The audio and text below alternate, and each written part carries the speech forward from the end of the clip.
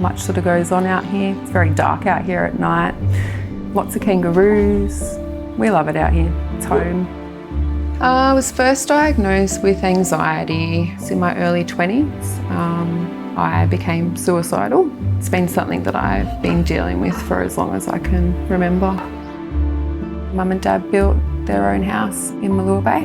When the fires happened, we'd heard that a lot of homes were lost. I was the first one to drive up there to see if it was still standing, and it wasn't.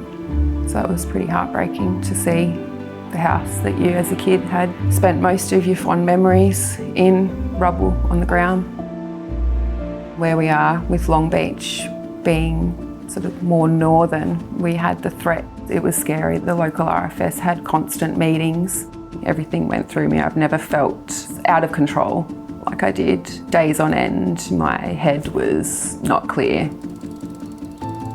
It's hard when you suffer from anxiety as it is, and then when you're faced with that fear, it's even harder. I'm probably a little bit calmer than the rest of the family was. I try to think things over and try not to panic. Even though internally I probably wasn't doing so well, I probably seemed quite calm on the outside. The scary thing about fire is you don't know what's going to happen. It can change when the wind changes. Nick and I argued a lot. I wanted to go, he wanted to stay. He wanted to go, I wanted to stay. We could never find ourselves on the same wavelength. I think any relationship at that time, cracks would have started to show a little bit, and they certainly did with us. We're working on it. We've been seeing a couples counsellor.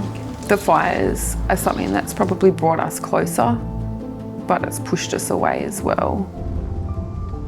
I don't think Finn quite understands it, but you can tell in the back of that little brain of his that he's petrified of it. He still talks about the fires every time you drive him to school because he sees the black trees.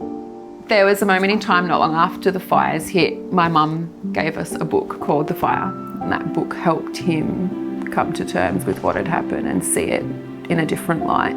This is real, fire's real, and while it can bring some joy, it can bring so much heartache. There were moments where I'd lose it at the kids. I'd tell them to go away. Something I never thought that I'd do as a mother, is to tell my kids to go away, leave me alone. I think everybody deals with anxiety so differently. They talk about it or they don't. I've always had this fun, outgoing personality, and I think that's always been my way of dealing with it. I don't shut down. I'm not that quiet, reserved, anxious person inside. I'm out there and anxious. But I just feel in my life I've never really had the chance to get over something completely before something else hits me and knocks me down. Been doing my furniture and doing a bit of refurb with that. I think from the fires, I've seen the regeneration. I can see how something that looked so dark and so horrible, and now you look at it and it's becoming beautiful again. It's comforting to know that it was okay, and if it happened again, then it will be okay.